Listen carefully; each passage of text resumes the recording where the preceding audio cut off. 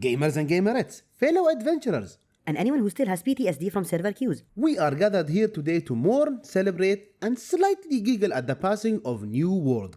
Yes, Amazon's very own MMO, the one that promised to redefine the genre and accidentally redefine the meaning of unstable servers, has reached its end. But, before you grab your torches and refund receipts, hear this. The developers left behind a goodbye letter, hidden deep within the Night Haven expansion. It's not a bug, not a side quest, not even a marketing stunt. It's a genuine tear-jerking farewell from the developers who poured their hearts into Aeternum. The letter Honestly reads like poetry written by tired heroes. We did it all for you, dear adventurer. And suddenly, every crash, every desync, every time your character freaking clipped through a rock, it all feels worth it. Because behind the corporate logo and the Amazon Prime jokes were people who actually cared. So today, gamers and gamerettes, we're not roasting New World, we're raising a glass to it, to a game that dared to dream big, crash hard, and still bow out with freaking grace. Rest easy, Aeternum. You were laggy, confusing, and occasionally brilliant. And somehow we loved you anyway. Once upon a time, and by once upon a time, I mean 2021, the year every studio decided to make an MMO again, Amazon Game Studios launched New World. It was marketed as the next evolution of online fantasy. Stunning visuals, dynamic combat, colonial aesthetics, and the promise that this would be the MMO to end all freaking MMOs. And to their credit, for a moment it was. The hype was freaking biblical. Queue time stretched into eternity. Entire guilds were formed just while waiting to log in. Some players had children before they reached the main menu. But once inside Aeternum, there was magic. You woke up shipwrecked on a strange island, beat up a zombie with a stick, and thought, yeah, I could live here. the world was freaking vast, it was dangerous and stunningly beautiful, like Skyrim, but your GPU cried the entire freaking time. You could chop down trees, craft weapons, fight monsters, and battle settlements. For a brief, shining moment, it felt like the genre has been reborn. Then came the freaking reviews. Mixed, always mixed. One player said, It's fun. another said, Until it isn't. Yet somehow, New World kept trucking along. Patches came, expansions launched, and the game slowly evolved. Heart of Madness, Brimstone Sands, and finally Night Haven. Each expansion a labor of love wrapped in a few dozen bugs. But beneath it all was passion. You could tell the developers cared, not in a corporate, we're listening kind of way, but it was actually genuine. So, when the news dropped that Night Haven would be the last expansion and updates were ending, it wasn't a shock. It was a heartbreak. Because, honestly to me, New World wasn't just a game, it was a digital frontier where dreamers gathered to build empires, form guilds, and occasionally roleplay as tax freaking collectors. It represented ambition, that rare spark where a team genuinely tried to make something new. And finally came the hidden goodbye note. Not in a flashy trailer, not in a PR statement, but in the game world itself. In a quiet island nonetheless. Once you go there, you will find a small message, a final salute from the developers to their players. Now normally I give a brief on whatever is included in the game, but this time, to honor New World, I will read the whole thing for you guys.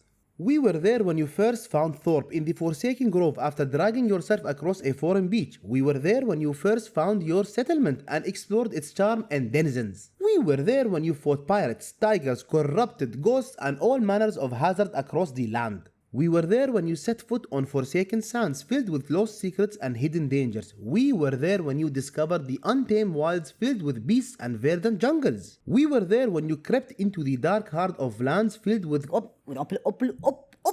opulence, yeah, sorry guys. Opulence, madness, and terror. Through it all, we watched, we delighted, we reveled in your enjoyment of every perfect moment, every carefully crafted story, and we even bore witness to the joining of two souls who met here in Aeternum. We did it all for you, dear adventurer. Thank you for so many amazing stories, triumphs, and fits of laughter. We raise our glass to our fallen comrades. Divya, Sean, Kelvin, Aaron.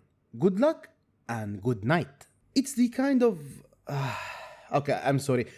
I've read this note about 15 or 16 times already and it still makes me emotional every single time. Like guys, this is the kind of farewell you don't see often in gaming. It's not a patch note, but a love note, and it hit harder than any raid boss ever freaking could.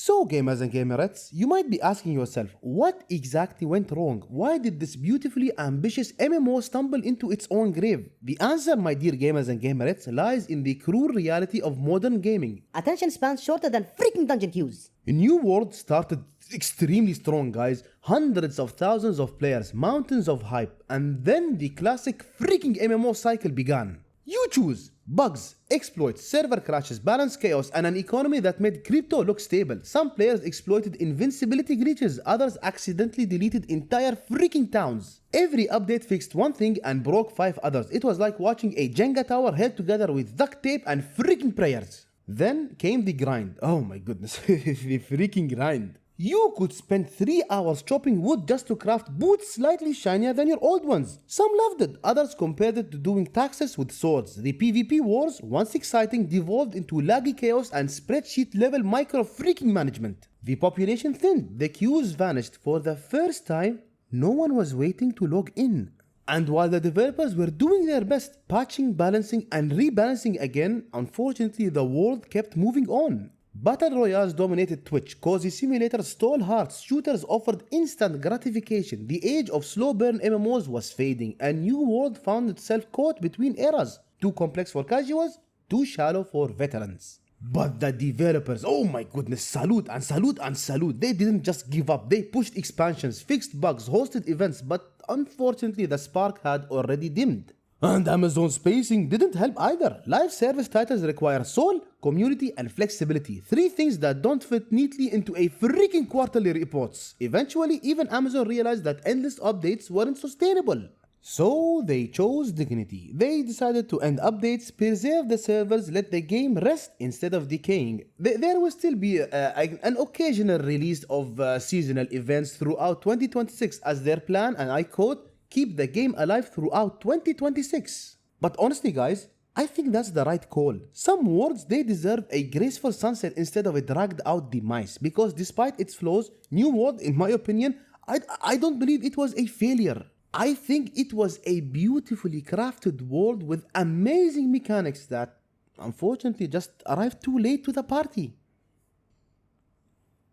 The million gold question. Could New World have survived? Could it have pulled a Final Fantasy XIV, the ultimate Phoenix story? Maybe. But it would have required the kind of creative risk that makes freaking investors. By the way, I think this is why the game is shutting down, because of these freaking investors. Imagine guys, imagine if Amazon had doubled down on player-driven content, dynamic events, social systems, more personalization. What if they'd embraced the chaos instead of trying to control it? The community, me, you, us, everyone, we had ideas, housing revamps, proper raids, better PvP systems, and everyone's favorite suggestion, Mounts that didn't look like someone's first freaking Blender project. But we can't really blame Amazon or New World, because here is the brutal truth guys, MMOs are the hardest genre to fix once they stumble. You can't simply reboot a world people have already invested thousands of hours into without breaking hearts, and New World's biggest curse was timing. It launched when people were craving connection the most during a global pandemic, and for a while it delivered. But as the world reopened, attention fractured, and the slow pace that once felt immersive suddenly felt exhausting. Could they have saved it with a full overhaul? Possibly. I mean, nothing is impossible. Final Fantasy XIV did it, but at the cost of literal years, massive rewrites, and total humility from the developers. I honestly believe Amazon could have done it too, but the question wasn't, can we? It was, should we? And maybe, just maybe, it was never about saving it. Maybe the point was to make it, to try something bold, even if it didn't last forever. We cannot deny that New World gave players memories of exploration, of madness, of friendship, and of freaking laughter. In MMO terms, that's a victory. Games die, sure, but experiences don't. Now let's zoom out a bit guys, because New World story isn't just an obituary, it's a mirror. The MMO genre has always been gaming's beating heart. Massive worlds, shared adventures, thousands of stories unfolding at once. But lately, it's been gasping for air. Today's players want speed, simplicity, instant dopamine, quick play over commitment, loot boxes over loyalty. MMOs on the other hand demand patience, teamwork, and emotional investment. 3 things modern gaming barely remember how to freaking spell. And yet, the genre refuses to die. Why? Because MMOs aren't just games, they are places, digital taverns where strangers become guildmates, guildmates become friends, and sometimes friends become lifelong partners. People literally got married in New World, bonds forged through raids and chaos that no shooter lobby could ever freaking replicate. Sure, the genre is struggling, but it's evolving. I believe the next wave of MMOs might be smaller, smarter, more intimate. Of course, we'll still chase loot, but also maybe meaning, because as New World proved, even in an imperfect world, connection is the ultimate freaking endgame. So, no, I don't believe it and I will never believe it. MMOs aren't over, they're respawning. Quietly, stubbornly, beautifully. Somewhere out there in the vast world, a developer is dreaming of the next great online world, and when it comes, we'll log in again. Together. So here we are, gamers and gamerettes, standing at the edge of Aeternum, watching the sun set one last time. The servers will stay up until 2026, a digital afterlife where ghosts of adventurers still roam. But the journey, the updates, the dreams, they've reached their final quest marker. The developers, they left us a note. We did it all for you. And for once in gaming history, I don't believe this was a PR fluff. It felt real, a final thank you from people who loved their world as much as we did. New World, it didn't end because it failed. It ended because it dared to freaking exist, beautifully, imperfectly, and passionately. So, here is to the adventurers who built, fought, fished, and laughed. To the developers who crafted something ambitious enough to fall spectacularly. New World may be gone, but somewhere out there, A player is still stuck in queue. and honestly, that's kind of perfect. Rest well, Aeternum. You were worth every freaking bug. What do you guys think? Does New World deserve this quiet and peaceful ending, or was there something the developers and studio could have done to revive it? Drop your thoughts down below. Before I digitally chop you and turn you into my freaking shield. And guys, thank you once again for watching the video. If you enjoyed it, please consider leaving a like and subscribing for more content in the future. Take care, and I'll see you in the next one.